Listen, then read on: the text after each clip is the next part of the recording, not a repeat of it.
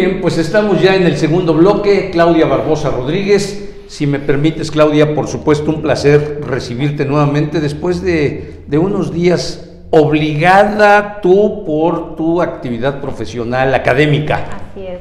Pero ya te liberaste un poquito. Sí, bueno, ya pasamos la etapa más álgida de exámenes ordinarios, pero seguimos con exámenes extraordinarios Sí. ahora, pero sí, muy contenta. ¿Siguen habiendo los de título de suficiencia o ya no? Sí, claro. Sí, Pues pero... es la única manera como yo pude ir pasando mis materias. No, en la única universidad. manera es que soltaste un No, camarada, señor, como no, por favor. Pero Ya lo he dicho.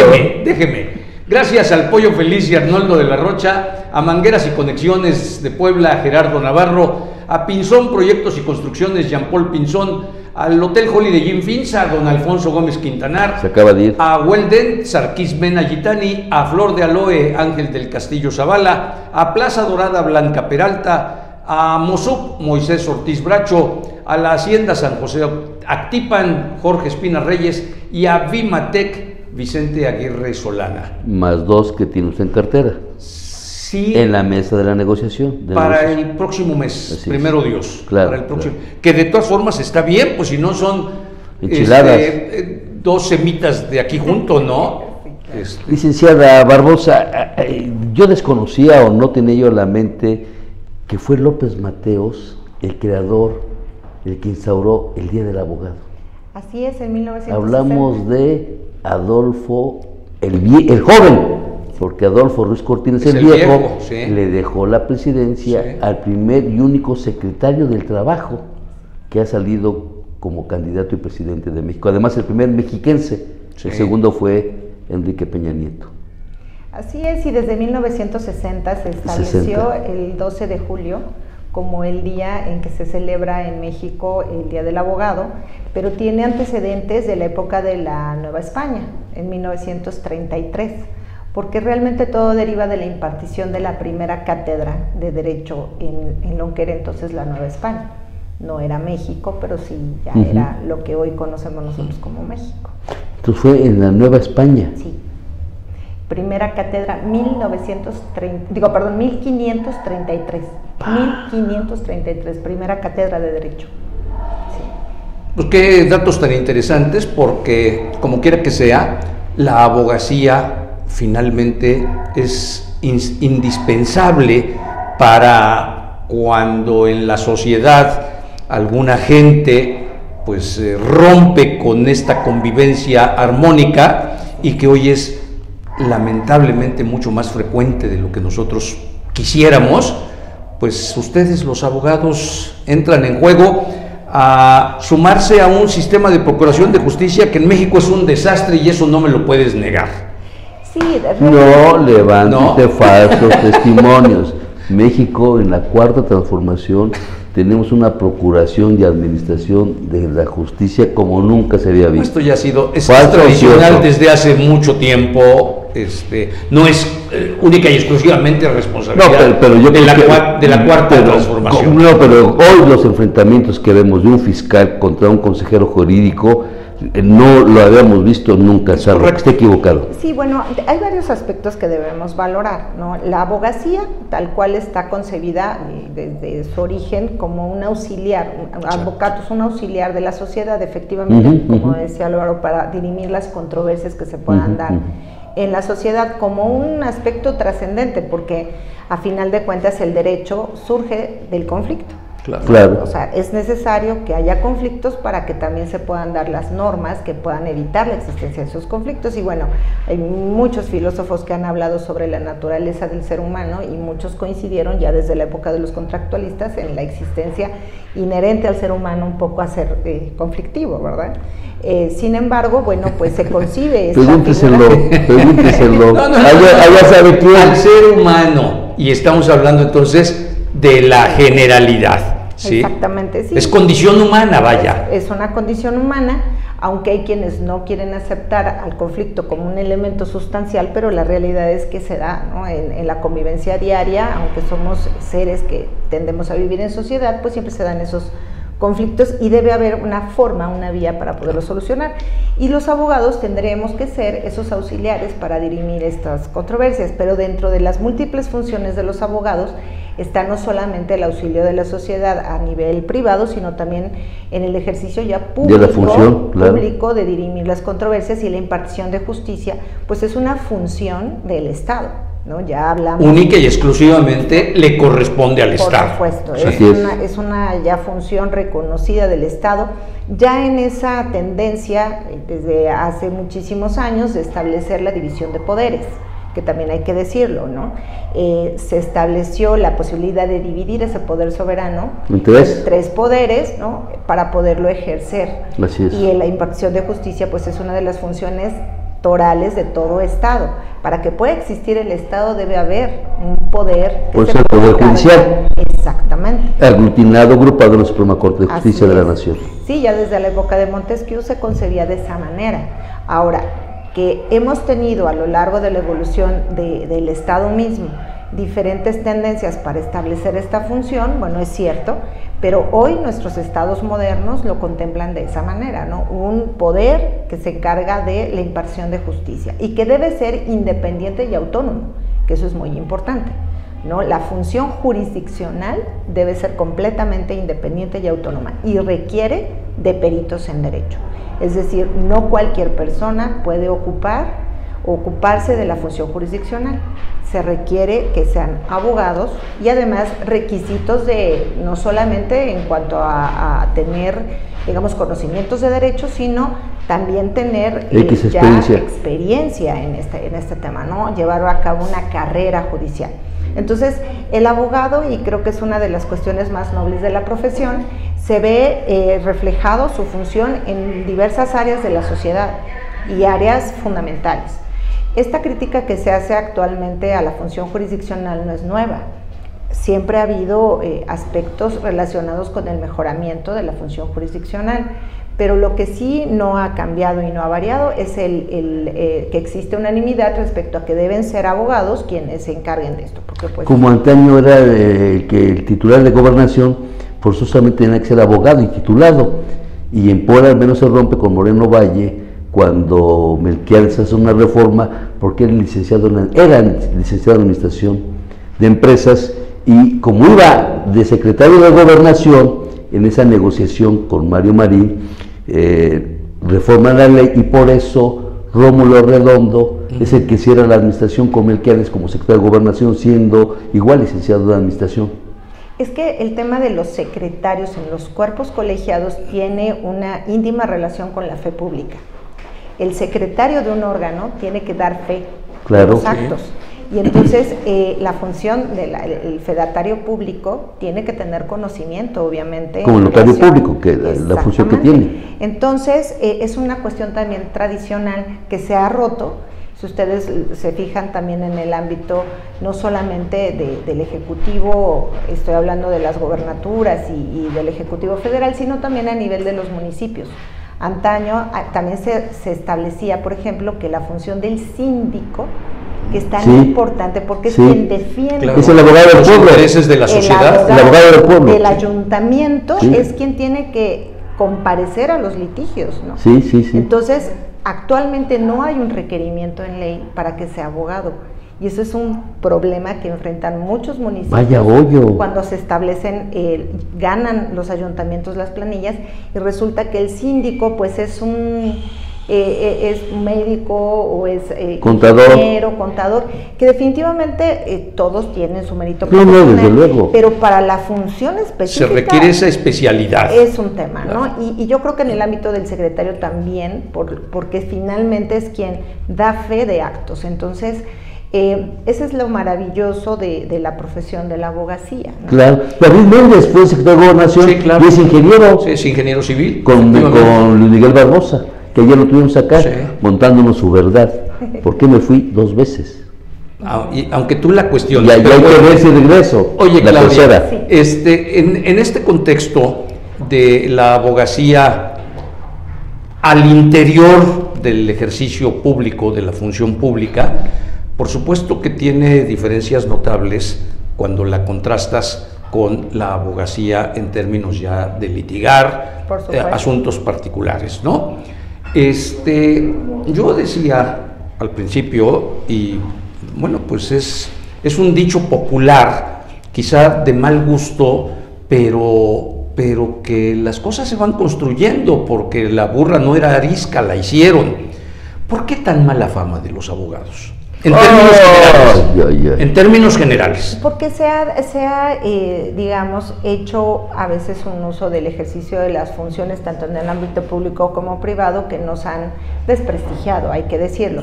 Nos hemos separado, y eso es un tema que tenemos que retomar en el ámbito de los colegios, es definitivo, de la ética. Los griegos tenían claramente establecido que el derecho iba de la mano de la ética. No así de la política, pero del derecho sí. La ética y el derecho. Hermanados. Filosofía, derecho, ética de la mano.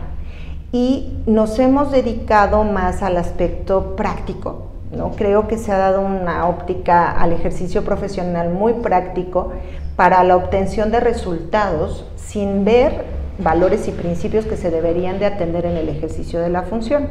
Es decir, todo el mundo se cuestiona por qué un abogado defiende a una persona que cometió un delito. A un asesino, a un narcotraficante. Lo cierto es que desde el punto de vista de la ética es correcto que el abogado ejerza esa función de defensa. Como el doctor, le llega un narcotraficante herido o lo tiene que operar. No, tiene que atender.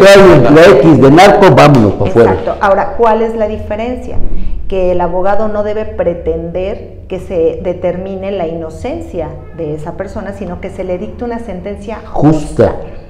Qué buena observación estás haciendo, ¿eh?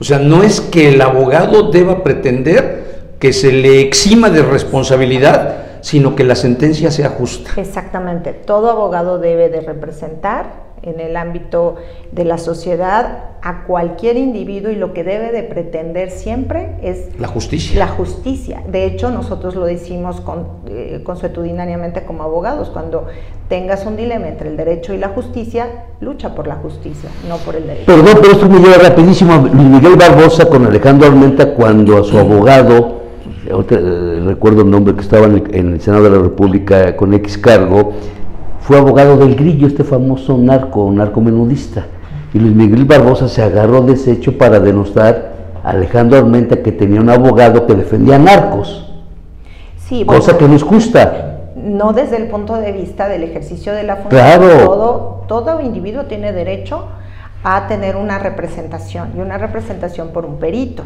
¿no? Por eso existen incluso las defensorías públicas. Nadie puede, o no tiene nadie derecho a quitarle esa protección, ese auxilio, y los abogados estamos obligados a prestar ese auxilio.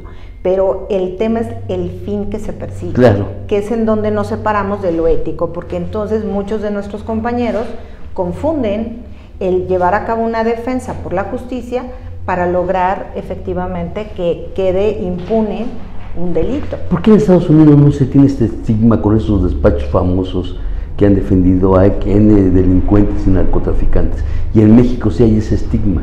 Bueno, realmente hay una gran diferencia entre el ejercicio de la función en México y en Estados Unidos, y deriva del sistema. Nosotros nos manejamos en un sistema romano-germánico o derecho continental, que le decimos, viene evidentemente de raíces romanas, y los norteamericanos tienen un ejercicio de un sistema que le llamamos realismo jurídico, y es completamente diferente. Dos mundos. Sí, justamente ellos están muy ligados a la practicidad, la realidad social.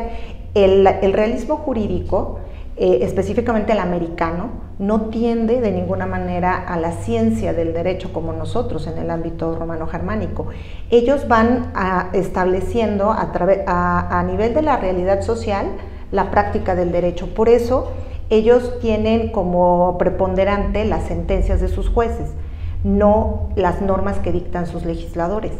La fuente principal de su derecho son las sentencias de los jueces. El papel preponderante para ellos es de los jueces. Y finalmente la negociación que hacen cuando se declaran ahí con el juez culpables, y que viene la reducción de la pena, etcétera. Cosa que en México... En México nosotros tenemos todavía un sistema romano-germánico en donde las normas creadas por el legislador son fundamentales para establecer ese marco normativo. Planteado tal cual lo estás haciendo, en mi ignorancia... ¿No te parece, Claudia, que sí debiera de ser la impartición de la justicia de acuerdo al contexto social. Siempre. Y No, eso por eso pero lo hacen. la diferencia, en Estados Unidos. Sí, no. La diferencia es que aquí el legislador también va adecuando el marco normativo atendiendo a las necesidades sociales y lo vemos cotidianamente, de ahí las reformas.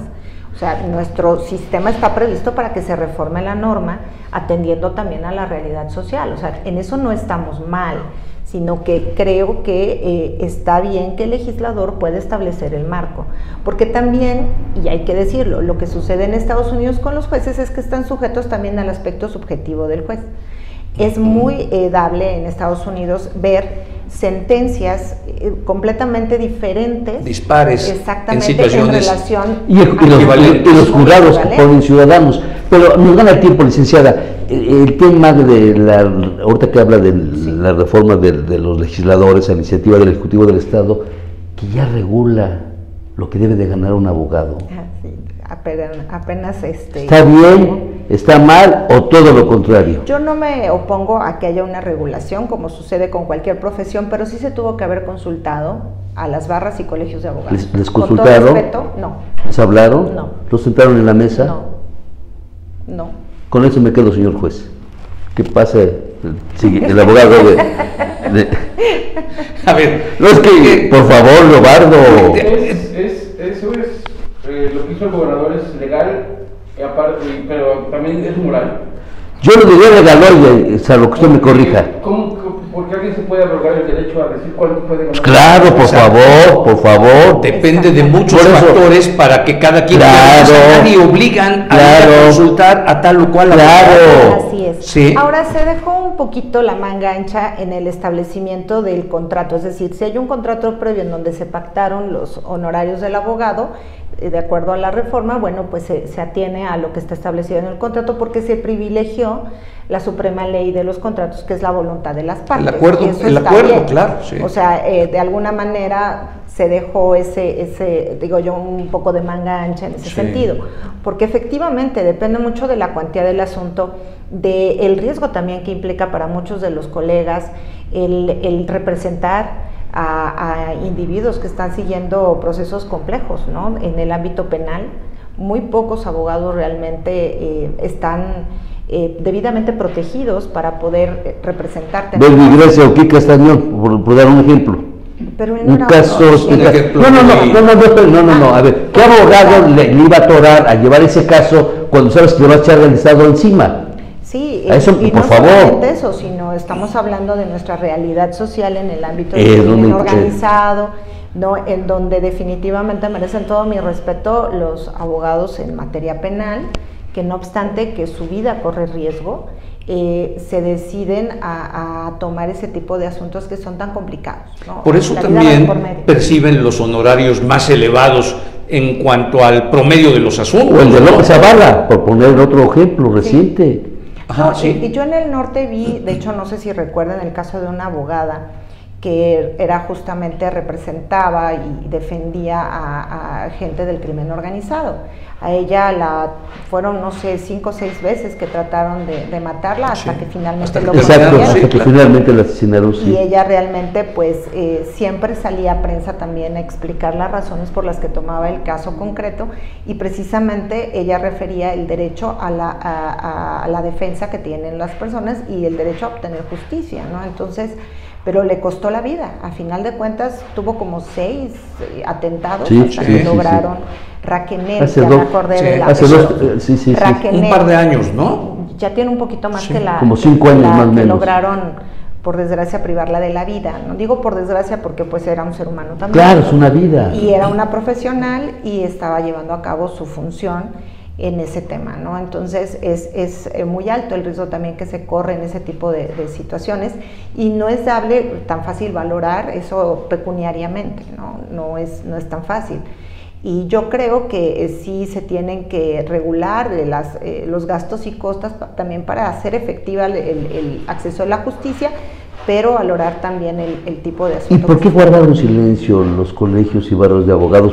No vimos... No hubo ni siquiera un comunicado un previo, pronunciamiento. Fue realmente presentación de la iniciativa, no hubo mayor discusión y se aprobó. Pero ¿por qué no alzaron la voz ok, como haya sido, la aprobó, ya lo aprobó el Congreso del Estado, pero nunca vimos Yo creo que va a existir ese tipo de pronunciamientos en caso de que se empiecen a aplicar las normas y habrá los medios legales para defenderse en contra de la misma. Recordemos que existe un control de constitucionalidad en nuestro país, de tal manera que no obstante que se dicten las leyes por parte del legislador, los particulares también tenemos derecho, cuando nos aplican una norma que consideramos inconstitucional, claro, a impugnarla, ¿no? A impugnarlo. Entonces, a nivel federal. No tenemos nosotros como colectivos, como colegios, como barras de abogados, no estamos legitimados para ejercitar una acción de inconstitucionalidad, pero sí tenemos la posibilidad más adelante de recurrir al amparo en caso de que lo consideráramos pertinente. Pero rapidísimo, cuando termine su gestión, don Miguel Barbosa Huerta va a regresar a su despacho que tiene en Tehuacán y a ver cómo le va. Por cierto. ¿Usted cree que va a regresar, hombre? ¿Cómo no? No lo que se llevó, eso sí, no, si nadie lo regresa. También. Lo que se lleva nadie lo regresa, salvo que vayas a un retiro espiritual, pero en fin, es otra historia. Claudia, como siempre es un placer. Tenemos mensajes. Vamos a ver. Pero póngase los lentes. Pues sí, me los tengo que poner. Ya viste sus catitas, y hasta le pone el piecito de su lado para que se los chule usted. Y queden muy bien. También le haces juego, Claudia. No, está bien. A mí me gusta que los caballeros utilicen otro tipo de colores, no solamente... Qué bueno, bueno que entiendas, pero no así, que romper por favor, esos estereotipos en donde no así. Solamente ustedes, las mujeres, pueden utilizar prendas color de rosa. Sí, no. Solamente pueden Son damas, por favor. Está bien, señor. Yo soy inclusive en todos esos temas. Es que es absolutamente irrelevante, ¿sí? Dice César Ángel, buenas tardes a todos en Realidades y Opiniones, especialmente a la licenciada Barbosa. Roberto Quintana Roo, estupenda abogada y mejor persona. Don Robert, espero que venga usted el viernes para que se coman ese pollito de lo que dijo este señor de usted. Sí, lo dije y lo reitero. Roberto, a ver si el viernes encuentras alguna penca de plátanos en donde alguno venga derechito. A ver, y hazme el favor de traerla. No sé usted lee, pero ni Barbaján, por favor. Si me permiten, realmente el maestro fue de los maestros que más nos ha formado a mi generación en la Escuela Libre de Derecho de Puebla. Fue nuestro maestro en una materia muy importante que es sociología jurídica. Y nos abrió los ojos a muchos de nosotros de lo que en realidad son los fenómenos sociales y cómo impactan en el derecho. Por primera vez nos llevó a ver una autopsia. No me digas. Sí, él era Ministerio Público, maestro, y nos invitó a ver una autopsia y verdaderamente marcó la vida de muchos de nosotros. Ahora sí te creo, Robert, que eres bueno. No, o sea... Lo está avalando Lo admiro, lo respeto, lo quiero, independientemente de que familiarmente lo conocí hace muchos años, pero como mi maestro, fue de los maestros que de verdad nos formó. A ver, Roberto es un personaje del derecho en Puebla y de México país. No le crea usted, Roberto, no le creas. Insistiendo, Roberto, no le creas. Si te traes una penquita de plátanos, pues vemos, ¿no? Insiste y persevera en su necedad. No, señor, solamente, y termino, sigue siendo, independientemente de amigo personal. Es otra historia. Sí, pero sigue siendo parte de los personajes que vienen aquí a darle esta fortaleza única a esto que hacemos aquí. Gracias a ustedes. Nos echamos 2 horas, como usted, con usted como con él, contando 1000 patoaventuras. Ay, sí, es fantástico. Y le digo, realmente, el alumno, cuando está acercándose por primera vez a la ciencia del derecho, tenga conocimiento de esa realidad social. O sea, nos abrió temas que pues veníamos con los ojos completamente cerrados, ¿no? Temas de prostitución, insisto, temas de lo que hacía el ejercicio de la función, y nos mandaba a hacer investigaciones que de verdad, eutanasia, o sea, muchas cosas que el maestro nos planteó. Otro tema temas que está muy complejos. Al corte de lo de la eutanasia. Exactamente, entonces, mis respetos para el maestro, porque se extraña a maestros así en las aulas. No hay verdad. Pero ya se derrumbó. Porque dicen Conste, que los Robert. calcetines son para evitar que me atropellen. Claro, No claro, traiga el color que claro, traiga, claro, al claro. final, como salgo de aquí, Bien, Robert, bien, no Robert. cambio de asiento ni Bien, nada. bien, Roberto, bien bajado ese gracias, balón. Gracias, Roberto. Bien bajado, Te espero Roberto. el viernes, ¿eh? Le va a dar mucho Ay, miedo. Claudia. Un placer, muchísimas No, gracias. por Como favor. siempre, un gusto y nuestro agradecimiento, porque sin ustedes, tú, en este momento, don Francisco Jiménez Villa, que ya está ahí, el cronista de Tepeaca. Rapidísimo, díganos, ¿qué fue primero en esa Nueva España o en ese México prehispánico de ayer? ¿La medicina o la abogacía? No, debe ¿O haber van de sido la mano? la medicina. Digo, yo hablo de la primera Sí, sí, cátedra sí, ya sí, de sí, Derecho, sí. pero evidentemente el dirimir controversias no nos venía necesariamente de los españoles. Había figuras parecidas, ¿no? Que podrían considerarse antecedentes, pero se les reconoce porque fue la primera cátedra de Eso. Derecho. Y diríamos que van de la mano de ese ayer, medicina y... Pues lo que pasa es que eso tendríamos que remontarnos más bien a Europa, a la época de los egipcios, en donde se establecían la ciencia de la medicina, ¿no? Que se desarrolló, pero desde que el hombre es hombre y vive en sociedad ha habido conflicto. Y siempre se buscaba que alguien que tuviera calidad moral dirimiera esas controversias. Pero también enfermos. Claro, sí. Papi, En fin. que te preparen otro café, que te traigan unas conchitas de la Flor de Puebla, porque aquí el señor que no tiene calidad moral no entiende. Como yo soy el que pide una caja de plátanos para ver cuál derecho está, quién tiene más moral, usted o yo, porque estoy hablando Usted de es un tema. reloj, señor, aunque lo tenga usted a sus Yo he espaldas. visto la roqueseñal del señor Vidal, Marín Vidal. No se vaya, ya está para empezar a compartirnos seguramente anécdotas y experiencias fantásticas, don Francisco Jiménez Villa, Paco Jiménez Villa, cronista de Tepeaca, también comunicador de muchísimos años a la fecha. Claudia, mil gracias. No, al contrario, muchas gracias. Un placer, ¿eh? Gracias, muchas No se gracias. vaya, regresamos en 2 minutos.